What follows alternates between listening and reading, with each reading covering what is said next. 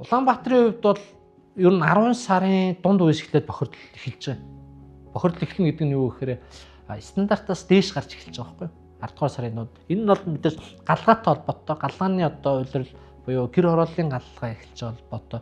Гэр хороол гэхээр зөвхөн бид нар гэр хорооллын айлтуудыг төсөөлж болохгүй дээ. Гэр хороолтой уурын зохнууд эдгээр ажиллаж эхэлж байгаа. Тэгээ 10 сарын дунд үеэс эхлээд өглөө оройд стандартаас даваад энэ бол 4 сар гартал үргэлжилж байгаа. За тэгээд 4 сар, 10 сар энэ төр 5 сар энэ төр бас бохирдолгүй биш.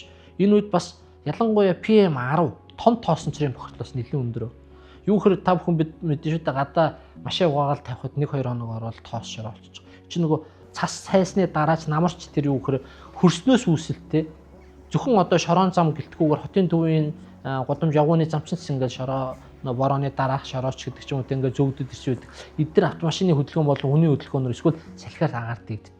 Энтэй холбоотой авар намрын үйлдэлд бол ялангуяа том ширхэг тоосонцрын бохирдлоос өндөр болох ийм тохиолдлууд байна.